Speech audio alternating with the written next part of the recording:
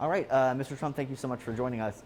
We're here in Nevada. We are only 2 days away from Election Day. How much of a priority is Nevada in this campaign, and what's your message to Nevada voters specifically?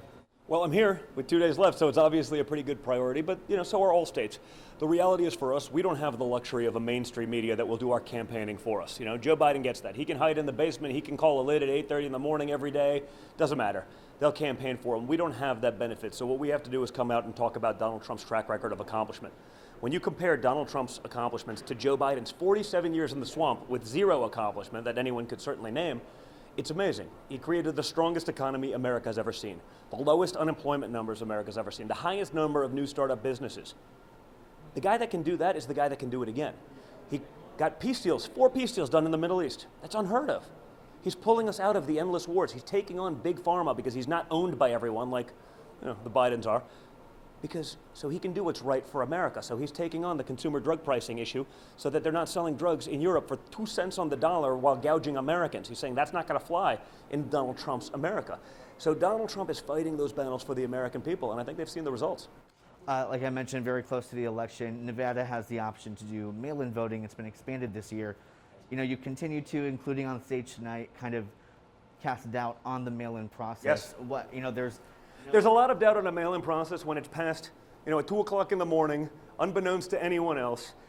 They said there'd be signature verification, but there isn't really signature verification. There's sort of a sham process that doesn't actually do the signature verification.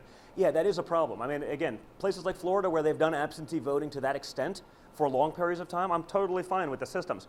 But when you sort of jam a system down, people are getting multiple ballots, less than 1% of the things are being kicked out, and they're essentially eliminating what they were promised. Yeah, that does smell really fishy to me, and it should to anyone else who wants fair elections. What about the investigations that have been done that say that there's no widespread evidence of voter fraud across the country and here in Nevada as well? There's been 90 million ballots cast to date.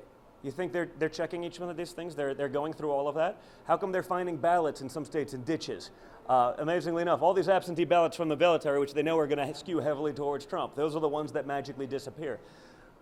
If this wasn't a recurring theme, if it wasn't happening all over the place, I'd be much more okay with it.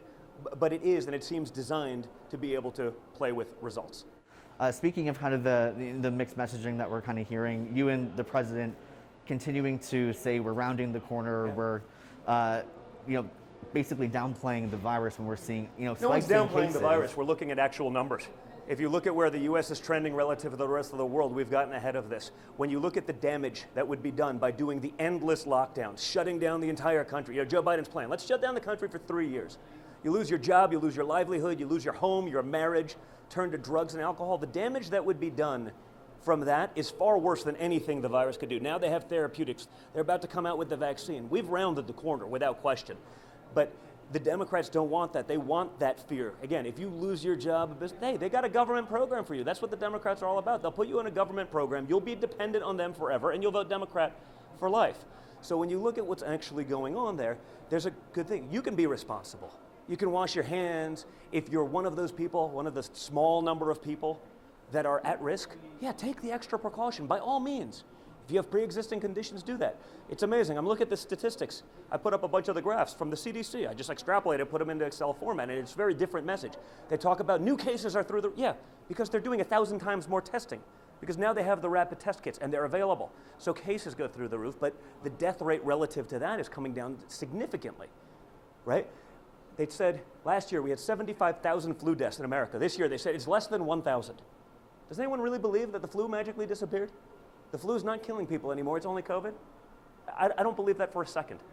What about your recent comments that say, deaths are almost nothing when, again, I meant the death rate is going down on a relative basis to proportion. So, of course, they're going to spin that out of control. But the reality is this, we can't afford to shut down this country again. We can't afford to have our children learning from an iPhone for 2 minutes a day while not paying attention. That would do far more damage than anything the virus had. Donald Trump promised a V-shaped recovery. We got it. You saw the GDP growth, the highest ever recorded in America, 33 1/3%. It went up. If you shut down this country again and you do the lockdowns, those businesses that managed to spring back, they're never opening their doors again. Millions of people would be out of work, and the damage that that would cause because of Joe Biden and the idiocy that they're pushing in the blue states with governors that are just fine would do far more damage than anything the virus would ever do. I do just want to ask one more question. I have to go. I apologize. Okay. I gotta catch All you. right. Bye. Thank you so much. Appreciate it. You're welcome.